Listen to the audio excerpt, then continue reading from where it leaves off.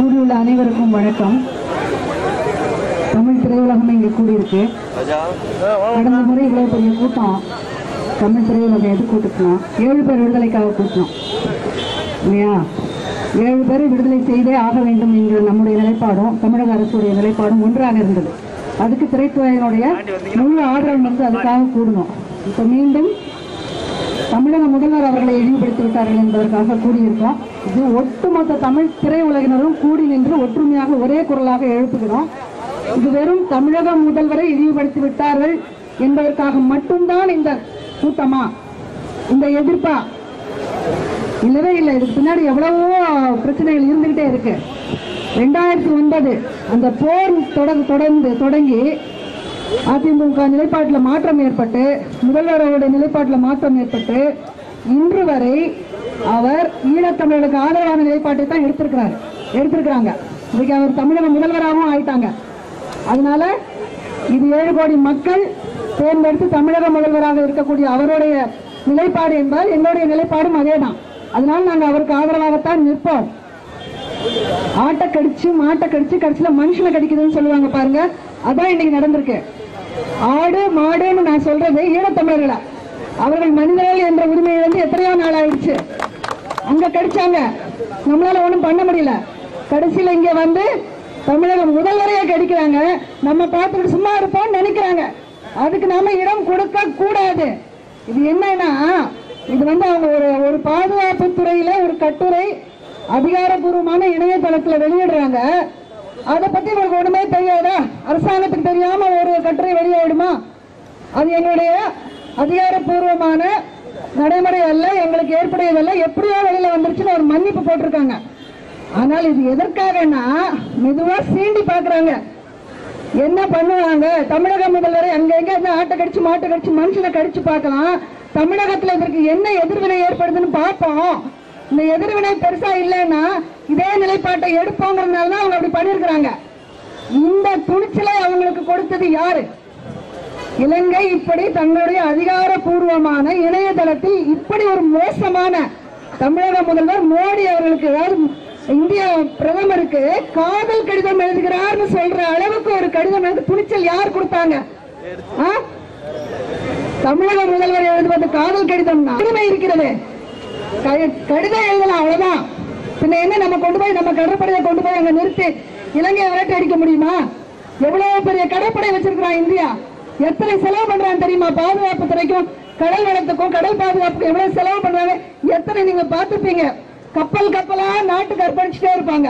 எல்லாம் பல ஆயிரம் கோடிகள் மதிப்புள்ள அந்த கப்பல்கள் என்னையா செய்யுது? சொகுசு கப்பல்களாக மாறி எல்லாம் டூரிஸ்டுகளை கூட்டிட்டு போயிட்டு இருக்காங்களா? ஏன் அந்த பாதுகாப்பு கப்பல்களுக்கு எல்லாம் என்ன வேலை? ஒரு கப்பலை கொண்டு வந்து கச்சத்தீவு அருகில் நிறுத்தி, இனிமேல் எங்க மீனவர்களை தொட்டேன்னா உனக்கு பதிலடி கிடைக்கும். ஏன் இந்தியாவில் சொல்ல முடியல? சொல்லல. தமிழகத்துக்கு அந்த உரிமை இருக்கா? தமிழகத்திற்கு தன்னுடைய நில வழி, கடல் வழி, வான் வழி, இது வழியாக தாக்குதல் நடக்காமல் தடுத்துக் கொள்வதற்கு தமிழகத்திற்கு ஏதாவது உரிமை இருக்கிறதா? எந்த உரிமையும் கிடையாது. தமிழ்நாடு இந்தியாவுக்கு அடிமையான ஒரு நாடு. நாம் எல்லாம் அடிமைகள், அதை ஏற்றுக்கொண்டுதான் ஆகணும். அப்போ தமிழக மக்களுக்கு ஒரு துன்பம் வரும்போது தமிழக முதல்வரால் என்ன செய்ய முடியும்? கடிதம் தான் எழுத முடியும். அதைத்தான் செஞ்சிருக்காங்க. எங்களை காப்பாத்துங்க, இந்த மாதிரி நடந்துருச்சு, மீனவர்களை விடுவீங்கன்னு கடிதம் எழுதுறாங்க. இது வந்து காதல் கடிதமா உங்களுக்கு தெரியுது அப்படின்னு சொன்னா, வெளியுறவுத்துறை அமைச்சராக ஒருத்தங்க இருக்காங்க, ஒரு அம்மையார், சுஷ்மா ஸ்வராஜ்னு பேரு. 2010 இங்க இருந்து அவங்க இலங்கைக்கு போறாங்க. எம்பிக்கள் குழுக்களை சேர்ந்து போறாங்க. அங்க போறதுக்கு முன்னாடி அவங்களோட நிலைப்பாடு, தமிழர்கள் வந்து பாதுகாப்ப இந்த மாதிரி இந்தியா இலங்கை செய்த அடாவடி அவர்கள் செய்த தவறு என்றால் கட்டாய நடவடிக்கை எடுப்போம்னு சொல்லிட்டு போற அம்மையார் திரும்பி வரும்போது அவருடைய வார்த்தைகள், பேச்சு, எல்லாம் பாவம் எல்லாமே மாறி போயிடுச்சு. எப்படி மாறி போச்சு? சிரிப்பு. அப்படியே எல்லாமே இலங்கைக்கு சாதகமாக மாறி போச்சு. அப்போ சுஷ்மா ஸ்வராஜுக்கும் ராஜபக்சேக்களுக்கும் என்ன தொடர்பு நாம கேட்போமா? இந்த காதல் கழுதுனா அது கள்ளக்காதல் தொடர்பாது. அதை சொல்ல விரும்பல. நானு இந்த மேடையில வச்சு நான் சொல்ல விரும்பல. அத்தனை நாகரிகம் இல்லாதவர்கள் அல்ல தமிழர்கள். வந்து நீங்க நடவடிக்கை எடுக்கணும். ஒரு ஆக்கப்பூர்வமான நடவடிக்கை. நம்ம சீண்டி பார்த்திருக்காங்க. இங்க இருந்து துணை தூதரகம் எவ்வளவு தூரத்துல இருக்க போகுது? விடுங்களேன். எல்லாம் நீங்க வந்து அரசாங்கத்தை சார்ந்தவங்க விடுங்க, எங்களை விடுதலை போறோம். ஒரு முற்றுகையிட்டு என்ன காட்டும். இந்த குறைந்தபட்சம் இன்றைக்கு ஒரு நாளாவது இந்த துணை தூதரகத்துல அந்த அதிகாரி இருக்கக்கூடாது. செய்ய முடியுமா? முடியாதா? நம்மளால நான் வன்முறையை தூண்டுறேன்னு நினைக்க வேண்டாம் சார். சும்மா நம்ம கூட்டம் போட்டு பேசிக்கிட்டே இருக்கிறோம். நம்மளால ஒன்றும் செய்ய முடியலைங்கிறது தான் இது திரும்ப திரும்ப காட்டுது. இங்க இருந்து அவ்வளவு தூரம் போய் இன்றைக்கு ஒரு நாள் இல்லைன்னு காட்டிட்டோம்னா அவன் இனிமேல் சீண்ட மாட்டான். அதுக்கு மட்டும் இப்ப மத்திய அரசு நமக்கு திரும்பவும் ஒரு கூர்மையான ஒரு பதிலை கொடுத்தே ஆக வேண்டும். இது மேலோட்டமா பார்த்தா நம்ம முன்னாடி இருக்கிற கேள்வி 2009 நமக்கு ஒரு கேள்வி வந்துச்சு. இந்தியாவா ஈழமா? தமிழர்களுக்கு எது முக்கியம், இந்தியாவா ஈழமான்னு ஒரு கேள்வி வந்துச்சு. முள்ளிவாய்க்கால்ல அந்த படுகொலை நடந்த பிறகு நாம தெளிவாயிட்டோம். நமக்கு யார் வேணும்? ஈழம் தான் வேணும். ஈழ தமிழர்கள் தான் வேணும்.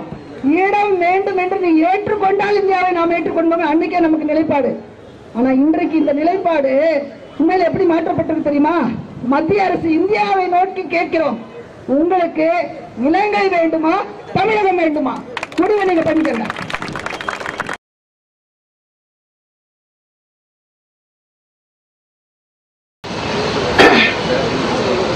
மேடையில் அமர்ந்திருக்கும் பெரியவர்களுக்கும் ஈழத் தமிழர்களுக்காக பதைபதைத்து ஓடி வந்திருக்கும் சகோதர சகோதரிகளுக்கும் முதற்கண் என்னுடைய வணக்கத்தை தெரிவித்துக் கொள்கிறேன். வெடிகுண்டு வீழ்ச்சிகள், வான்படை தாக்குதல், மும்முனை தாக்குதல், வீரங்கி தாக்குதல், எத்தனை எத்தனை தாக்குதல். யாருனாலையாவது சாப்பிட முடியுதா? வீட்டுல உட்காந்து தூங்க முடியுதா? தூங்க முடிந்தால், சாப்பிட முடிந்தால் நீங்கள் தமிழன் அல்ல. தமிழராக இருக்கக்கூடியவன் இன்று இந்த கடந்த ஒரு மாதத்தில் ஒருவர் கூட ஒரு முறை கூட ஒரு கவலம் சோற்றை நிம்மதியாக உண்டிருக்க முடியாது. கடந்த ஒரு வாரமாக பார்த்திருப்பீங்க. அந்த ஒரு 20 கிலோமீட்டர் நீளம் உள்ள அந்த 3 கிராமங்களை கைவசம் வைத்திருக்கிறார்கள் புலிகள். எத்தனை நாளா சொல்லிக்கிட்டு இருந்தான்? இறங்க முடிஞ்சதா? ஏன் முடியல? 3 லட்சம் மக்கள் அங்கே தங்கி இருக்கிறார்கள் புலிகளோடு. அடிக்க முடியல இவனால. புலிகளுடைய ரெசிஸ்டன்ஸ் முடிஞ்சதா? ஆனால் இன்றைக்கு ஒரு வாரத்திற்கு முன்னால பாத்தீங்கன்னா செய்தி வருது, தினந்தோறும் 1000 பேர் படுகொலை, 3000 பேர் படுகாயம், 450 குழந்தைகள் கொத்து கொத்தாக அள்ளிட்டு போறாங்க. அள்ளிட்டு போக முடியாத சதை பிண்டங்கள் எத்தனையோ எல்லாம் கிடக்குது. ஏன்? செப்டம்பர் மாதம் கடந்த செப்டம்பர் மாதம் ஆரம்பிச்ச இந்த போர் ஏப்ரல் மாதம் 8 மாதங்களாக நடக்குது. எத்தனை குரல்கள், எத்தனை போராட்டங்கள் நடத்தினோம். இன்று வரைக்கும் இந்த போரை நிறுத்த முடியவில்லையே. ஏன்? மனித சங்கிலி, சட்டசபையில தீர்மானம், அவங்க தனித்தனியா போராட்டம், உண்ணா நிலை, மீண்டும் உண்ணா நிலை, எத்தனை உண்ணாநிலை போராட்டங்கள். ஏன் தடுத்து நிறுத்த முடியவில்லை? 3 காரணங்கள் உள்ளன. 3வது காரணத்தை நான் அப்புறம் சொல்றேன். 2வது காரணம், இந்த போரை நடத்துவது சிங்கள அரசு அல்ல, இந்திய அரசு. நாம் ராஜபக்சே போரை நிறுத்து என்று வெட்டியா 6 மாசத்துக்கு முன்னால கூவிக்கிட்டு இருந்தோம். அப்ப இருந்தே நம்ம இந்திய அரசே போரை நிறுத்து, சோனியாவே போரை நிறுத்துன்னு நம்ம சொல்லி இருக்கணும். நம்மளுடைய ஆற்றலை எல்லாம் அதுல கொட்டிட்டோம். நமக்கு எல்லாம் கொஞ்சம் ஏனோ தெரியல, தமிழன் கூர்மையான புத்தி உள்ளவனா. ஆனா இந்த விஷயத்துல ஏமாந்து போயிட்டான். மெதுவா மெதுவா மெதுவா தள்ளி தள்ளி இப்பதான் நமக்கு புரியுது, இந்திய அரசு தான் போரை நடத்துது, அதனாலதான் போரை நிறுத்த மாட்டேங்குது. நம்ம போரை நிறுத்தன்னு கேட்க வேண்டியது இந்திய அரசை. ஆனால் நம்ம போய் அவங்கிட்ட கேட்டிருக்கோம், அவன் சிரிக்கிறான். இந்தியா ஒருபோதும் எங்களிடம் போரை நிறுத்தும்படி கோரவில்லை அப்படிங்கிறான். இங்க பிரணாப் முகர்ஜி முதல்ல ஒரு அறிக்கை விடுவாரு, நாங்கள் போரை நிறுத்துமாறு கோரி இருக்கிறோம்னு.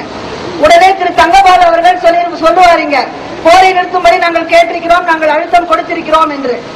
உடனே அங்க சொல்லுவாங்க, ராஜபக்சேயோ, கோத்தபய ராஜபக்சேயோ, பஷீர் ராஜபக்சேயோ, அவருடைய ஸ்போக்ஸ்மேன் யாராவது சொல்லுவாங்க, இந்தியா எங்களிடமிருந்து போரை நிறுத்துமாறு கோரவே இல்லை அப்படின்னு. இந்த லாவை பாடிக்கிட்டே இருந்தாங்க. நம்ம என்ன பண்ணிக்கிட்டு இருந்தோம்? இந்தியா போரை நடத்துகிறது. போரை நிறுத்தும்படி இந்தியாவை மத்திய அரசை நாம் கேட்கவில்லைங்கிறது முதல் காரணம். இரண்டாவது காரணம், மூன்றாவது காரணம், அரசியல் கட்சிகள், இங்க உள்ள அரசியல் கட்சிகள், அவர்களுடைய அரசியல், இதெல்லாம் நான் இங்க கொஞ்சம் வெளிப்படையா நான் பேசணும்னு நினைக்கிறேன். எனக்கு வரையறை எதுவும் கிடையாது என்று நினைக்கிறேன். ஏன்னா நம்ம இதே குழப்பா போச்சுங்க. இவன் இத சொன்னா கலைஞர் மனம் புண்படுவாரு, அத சொன்னா ஜெயலலிதா அம்மையார் புண்படுவாரு. ஐயோ, எனக்கு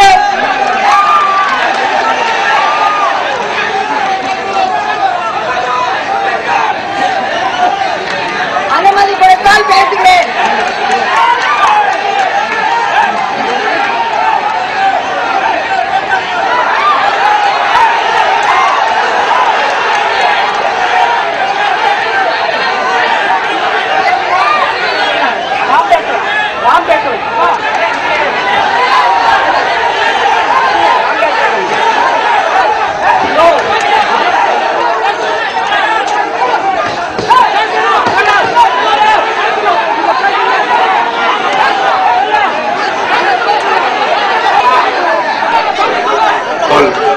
செய்து போடுவது கொஞ்சம் அனுமதி காக்கணும்.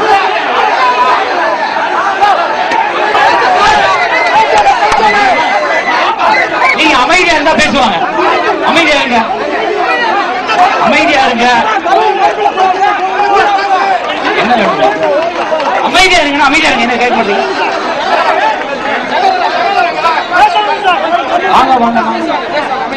கலைஞர் அவர்களே, இன்னொன்னு அதுக்கு முன்னாடி இன்னொன்னு சொல்லிடுறேன். கலைத்துறை இவ்வளவு தாமதித்து தத்தி தத்தி கால் எடுப்பதற்கு என்ன காரணம்? எந்த கட்சி ஆட்சிக்கு வந்தாலும் ஆளும் கட்சிக்கு சாதகமாகத்தான் இருக்க வேண்டும் என்பது கலைஞர்களின் தலையெழுத்து.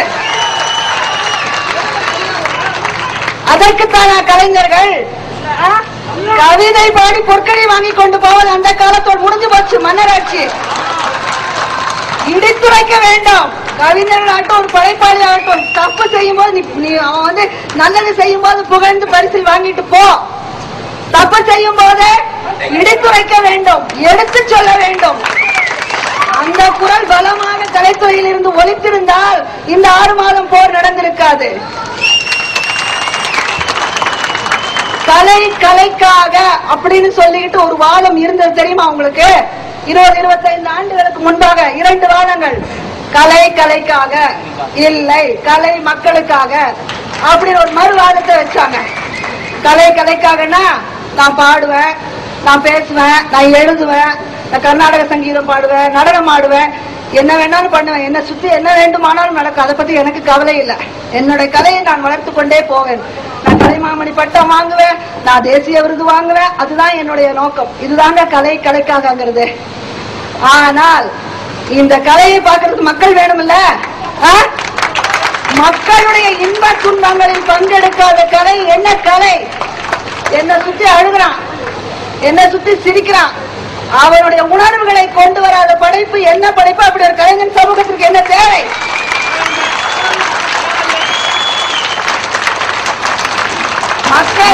சமூகத்தில் என்ன என்ன இருக்கிறதோ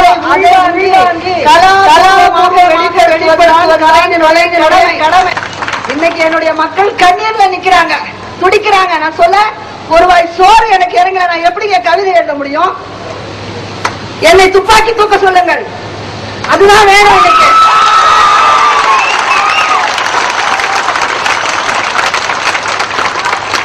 அந்த கலைஞன் என்ற அடிப்படையில் கலைத்துறை இதற்கு முன்பே இதை முன்னெடுத்திருக்க வேண்டும். எடுக்காததற்கு காரணம் இதுதான்.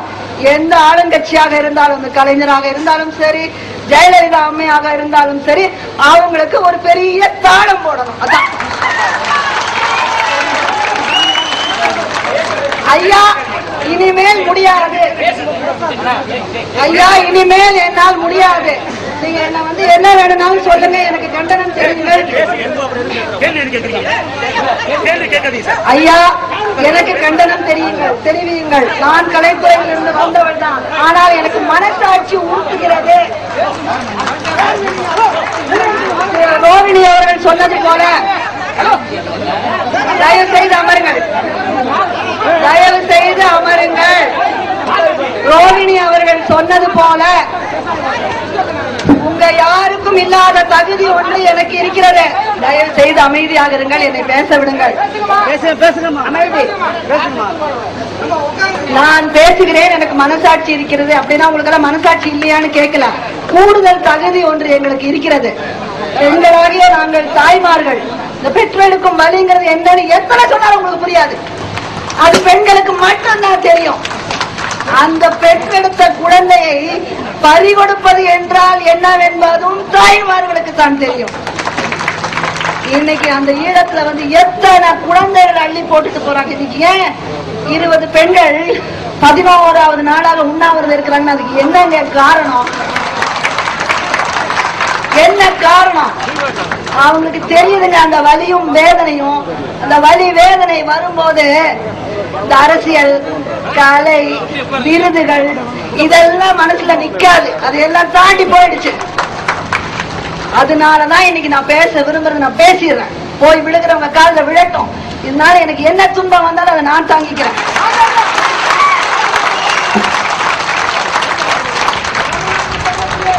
கலைஞர் அவர்களே, இதை நான் அப்பயே பேசியிருக்கணும். பெப்சி உண்ணாவிரதத்துல நான் பேசும்போது என்னை தடுத்து நிறுத்தி விட்டார்கள். வேண்டாம் பேசாதீங்க.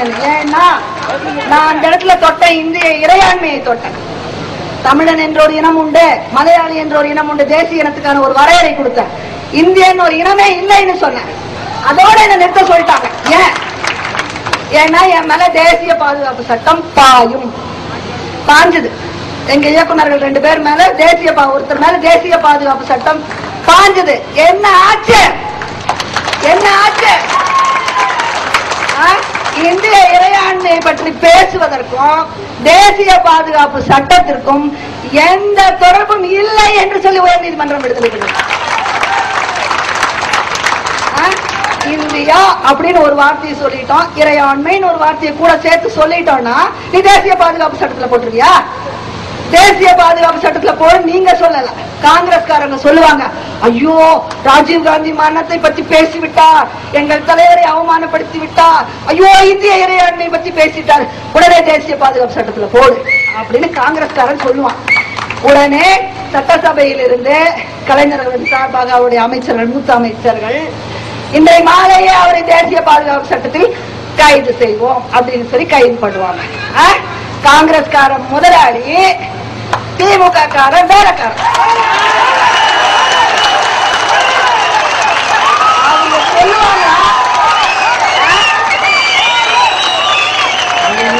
அவங்க சொல்லுவாங்க, இவங்க செய்வாங்களாம். நீ உடைய முதலாளி கூலிக்கார உறவை வைத்துக் கொண்டு எங்க கிட்ட ஆடினீங்க நாடகம், இன்னைக்கு எங்க இயக்குனர் அதை உடைச்சு வெளியில வந்து காட்டினாரு. எங்கயா இருக்கு உங்க இறையாண்மை?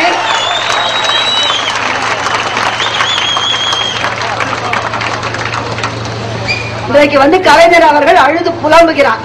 என்ன சொல்றாரு? ஐயோ, என்னால ஒண்ணும் பண்ண முடியல, நான் மனித சங்கிலி சொல்லிட்டேன், நான் சட்டசபையில தீர்மானம் போட்டாச்சு, நான் கொற்ற மலையில நின்ன, தந்தி லெட்டர் எழுதின, தந்தி அனுப்பிச்ச, என்னால ஒண்ணுமே செய்ய முடியலன்னு அழுகிறாரு. யாரு? ஒரு தமிழகத்தின் முதலமைச்சர். இதுக்குத்தான் அவங்க கையில அதிகாரம் கொடுத்தாங்க, முதலமைச்சருங்கிற அதிகாரம். அழுகிறது, புலம்புறது, கதறது, இதெல்லாம் அதிகாரமற்ற குடிமக்களாகிய நாங்கள் செய்கிறோம். அதிகாரத்தை கையில் எடுத்து என்ன செய்ய வேண்டுமோ அதை செய்ய வேண்டியது உங்க கடமை. அதை செய்யாம என்ன புலம்பல் வேண்டி கிடைக்கிறது? அதற்காகத்தானே உங்களுக்கு அதிகாரம் கொடுத்தோம். ஒன்று, அந்த அதிகாரத்தை பயன்படுத்தி நமக்கு வேண்டியதை செய்யுங்கள். இல்லை என்றால் என்னால் முடியவில்லை என்று அந்த பதவியை தூக்கி எறிந்து விட்டு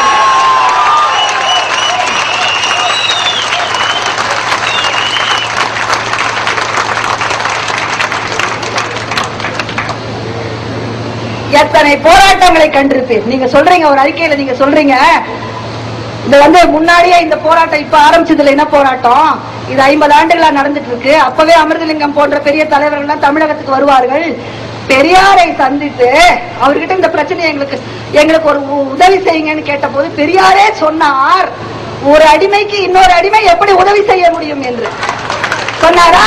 பெரியார் சொல்லிட்டு போய் 50 வருஷம் ஆகி போச்சுங்க. நாம அடிமை, நீங்க ஒரு மிகப்பெரிய தமிழின தலைவர். அடிமையாக இருப்பதற்கு என்ன செய்ய வேண்டும்? அடிமை தலையை நீக்குவதற்கு போராட வேண்டும். 50 ஆண்டுகள் கழிச்சுட்டோம். நான் அடிமை, நான் என்ன செய்வேன், என் கையில விலங்கு பழகிறதுக்கு எதுக்கு முதலமைச்சர் பாருங்க.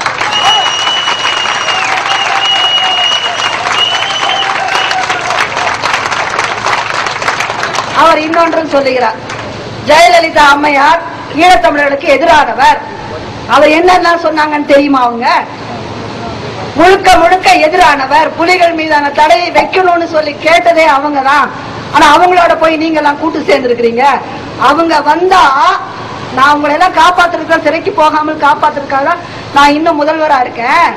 அவங்க வந்தா என்ன இருக்குன்னா உங்களால இதை கூட பேச முடியாது அப்படின்னு சொல்றாங்க. உண்மைதான், உண்மைதான். ஒரு கட்டம் வரைக்கும் நம்ம யாருமே பேசவில்லை. ஏன்? அச்சம். ஓ, இது அந்த சமயத்துல எல்லாருக்கும் ஒரு குழப்பம். தமிழனா இந்தியனா, இந்தியன்னு பேசிட்டா ஏதாவது ஆயிடுமா? 6 மாசத்துக்கு முன்னாடி இருந்தது அந்த குழப்பம். ஜெயலலிதா அம்மையார் வந்தா இரும்பு கரம் கொண்டு எல்லாத்தையும் அடக்குவார். ஆமா, நாம இதயம் கிடையாது, இதயமே கிடையாது. அவங்க இரும்பால யோசிக்கிறவங்க. அதனால அவங்க எல்லாத்தையும் அடக்குவாங்க. ஆனால் யோசித்து பாருங்கள், உலக வரலாற்றுல எங்கேயாவது இரும்பு கரம் கொண்டு எதையாவது அடக்கி இருக்க முடியுதா? பீரிட்டு வெளிவரும் சுதந்திர உணர்வு, மனுஷனோட மானம், உயிர், உணவு கூட எல்லாத்த விட பெருசுங்க சுதந்திர உணர்வு. இன்னைக்கு நீங்க கோயில் கட்டி தலைமையில தூக்கி வச்சு ஆடுறீங்களே, பாரதியார் சுதந்திர தேவி நின்னை தொழில்கள் மறக்கலேனேங்கிறார்.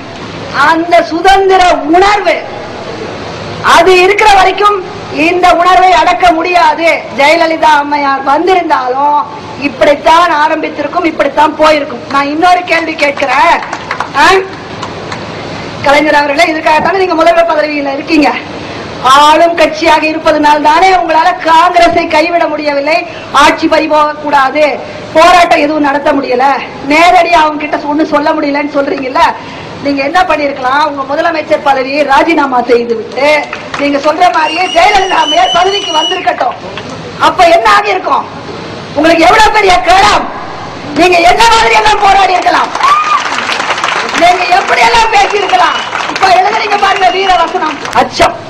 ஓ, இது அந்த சமயத்துல எல்லாருக்கும் ஒரு குழப்பம். தமிழனா இந்தியனா, இந்தியன்னு பேசிட்டா ஏதாவது ஆயிடுமா? 6 மாசத்துக்கு முன்னாடி இருந்தது அந்த குழப்பம். ஜெயலலிதா அம்மையார் வந்தா இரும்பு கரம் கொண்டு எல்லாத்தையும் அடக்குவார். ஆமா, நாம இதயம் கிடையாது, இதயமே கிடையாது. அவங்க இரும்பால யோசிக்கிறவங்க. அதனால அவங்க எல்லாத்தையும் அடக்குவாங்க. ஆனால் யோசித்து பாருங்கள், உலக வரலாற்றுல எங்கேயாவது இரும்பு கரம் கொண்டு எதையாவது அடக்கி இருக்க முடியுதா? பீரிட்டு வெளிவரும் சுதந்திர உணர்வு, மனுஷனோட மானம், உயிர், உணவு கூட எல்லாத்த விட பெருசுங்க சுதந்திர உணர்வு. இன்னைக்கு நீங்க கோயில் கட்டி தலைமையில தூக்கி வச்சு ஆடுறீங்க, பாரதியார் சுதந்திர தேவி நின்னை தொழில்கள் மறக்கலேனேங்கிறார். அந்த சுதந்திர உணர்வு அது இருக்கிற வரைக்கும் இந்த உணர்வை அடக்க முடியாது. ஜெயலலிதா அம்மையார் வந்திருந்தாலும் இப்படித்தான் ஆரம்பித்திருக்கும், இப்படித்தான் போயிருக்கும். நான் இன்னொரு கேள்வி கேட்கிறேன். கலைஞர் அவர்களே, இதுக்காகத்தானே நீங்க முதல்வர் பதவியில இருக்கீங்க. ஆளும் கட்சியாக இருப்பதனால் தானே உங்களால காங்கிரஸை கைவிட முடியவில்லை, ஆட்சி பறிபோக கூடாது, போராட்டம் எதுவும் நடத்த முடியல, நேரடியா அவங்க கிட்ட ஒண்ணு சொல்ல முடியலன்னு சொல்றீங்கல்ல. நீங்க என்ன பண்ணிருக்கலாம்? உங்க முதலமைச்சர் பதவியை ராஜினாமா செய்து விட்டு நீங்க சொல்ற மாதிரியே ஜெயலலிதா அம்மையார் பதவிக்கு வந்திருக்கட்டும். அப்ப என்ன ஆகி இருக்கும்? உங்களுக்கு எவ்வளவு பெரிய கேடம்.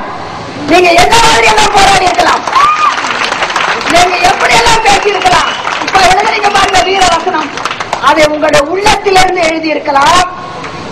தமிழ்ச்செல்வனுக்கு இன்னொரு நீண்ட அஞ்சலி கொடுத்திருக்கலாம். பிரபாகரன் அவரை கைது செய்தால் ரத்த ஆறு பாயும் என்று நீங்கள் எழுதியிருக்கலாம். எதிர்கட்சியாக இருப்பதில் எத்தனை இது பாருங்க, அனுகூலங்கள் பாருங்க. நாங்க எல்லாரும் உங்க பின்னாடி நின்றுப்போம். எங்களுக்கு கலைஞரா ஜெயலலிதா வாங்குறது எங்களுக்கு வந்து கிடையாது. அது அல்ல, நான் சொன்ன மாதிரி இது அல்ல எங்களுக்கு. நீங்கள் யார் பக்கம் நிற்கிறீர்கள்? நீங்கள் மக்கள் பக்கம் நிற்கிறீர்களா, மமதையின் பக்கம் நிற்கிறீர்களா என்று நான் ஜெயலலிதாவை வந்து சொல்லிட்டேங்கிறதுக்காக நீங்க உடனே மகிழ்ச்சி அடைந்து விடாதீர்கள். ஜெயலலிதா வந்ததுனால அவங்க அதிமுகவுடைய நிலை இன்றைக்கு ஒரு மிகப்பெரிய தமிழர் ஈழத்தமிழர்களுடைய இன்னல்களுக்கு அதான் மிகப்பெரிய காரணம். 2 பெரிய கட்சிகள் திமுகவும் அதிமுகவும் தான் இதுக்கு நிலைமைக்கு காரணம். ஜெயலலிதா தமிழகத்தின் தசை. அதுல எந்த சந்தேகமும் இல்லை. இதை சொல்வதற்காக கலைஞர் அவர்களே மகிழ்ச்சி அடையாதீர்கள். ஏனென்றால் நீங்கள் அமாவாசைக்கு அடுத்த நாள்.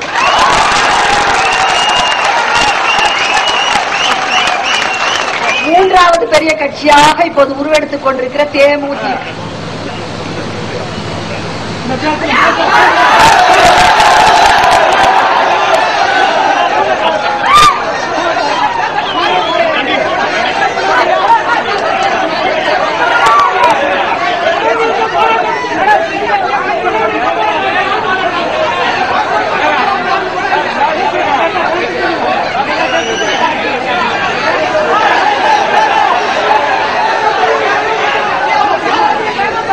மேடையில் உள்ளவருடைய கோரிக்கையை ஏற்று கொஞ்சம் பொறுமையா இருங்க. கொஞ்சம் சொல்ல வேண்டிய சில செய்திகள் இருக்கு.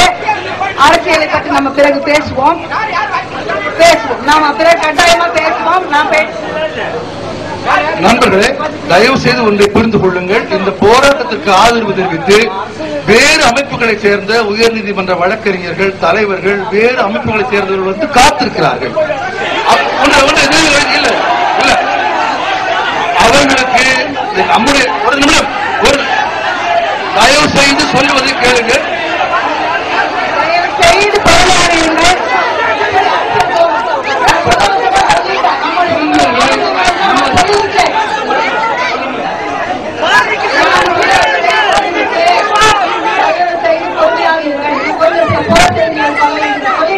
நாம் அரசியல்வாதிகள் அல்ல, சொல்லிட்டேன்.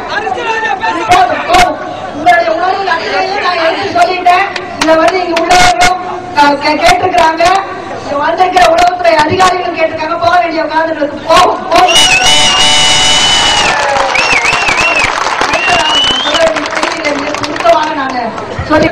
வந்து போரை நிறுத்த வேண்டும் என்பதுதான் நம்முடைய கோரிக்கை. போரை வந்து இந்தியா தான் நடத்துகிறது என்பது நமக்கு தெரியும். சோனியா தான் இதனுடைய சூத்திரதாரி என்பதை தெரியும். போரை நிறுத்துவதற்கு இப்ப என்ன செய்யணும்? நேற்று கூட பிரதம மந்திரியுடைய தலைமையில ஒரு கூட்டம் கூட்டியிருந்தாங்க. அவசர கூட்டம் கூட்டினாங்க. அதனா ஏதோ அவசரமா கூட்டுறாங்களே, ஏதோ அவசரமா போரை நிறுத்திடுவாங்க போல இருக்கு அப்படின்னு சொன்னா என்ன முடிவு எடுத்திருக்காங்க? போரை நிறுத்துற முடிவில்ல. பஷீர் ராஜபக்சே வருவாராம். அவர் வர தேதி இன்னும் குறிப்பிடல. அவர் வந்த பிறகு, இந்த போர் முடிந்த பிறகு அவருக்கு என்ன நிவாரணம்?